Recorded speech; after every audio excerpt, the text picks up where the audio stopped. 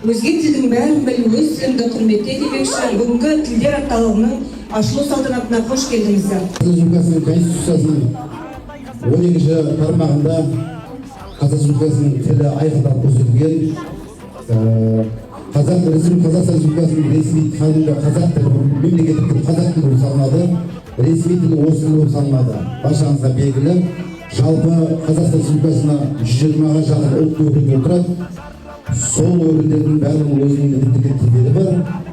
Сол ұлттарға Қазақстан Республикасының мемлекеттік тілі қазақ тілі болып бекітілген және ресми тіл орыс тілі болып бекітілген. Тіл басты қару деп бекер айтпаған. Біздің аталарымызда, бабаларымызда өте тілдешілік бар. Тұрар Рысқұлов атамыз 7 тілді білген. Мағжан Жұмабаев атамыз 6 тілді білген. Жалпы құрметті ұстаздар, оқушылар, тіл апталығы ашық деп жариялаймын.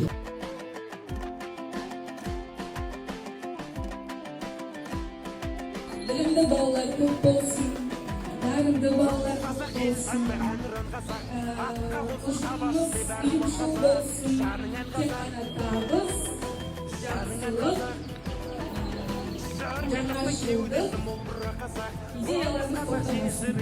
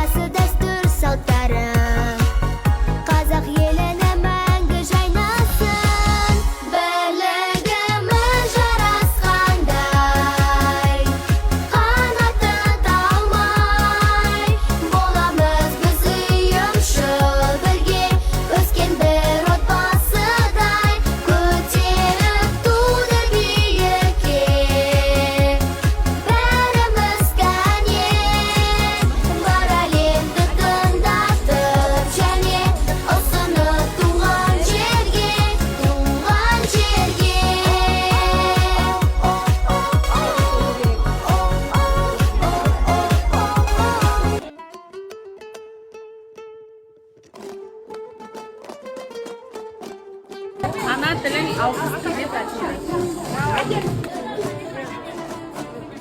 Әрбір халық өзінің ана тілінде ғана бақытты. Айтайын ба? Тілін білмейтіндер емес, тілін білгісі келетіндер мәңгі.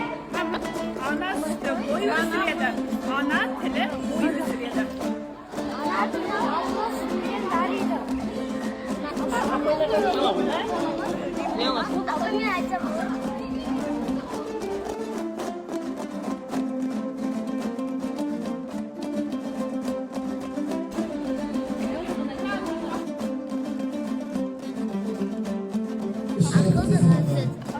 Akıllıға сөз айтса, ана сөйлады сөйледі. Ақылсызға сөз айтса,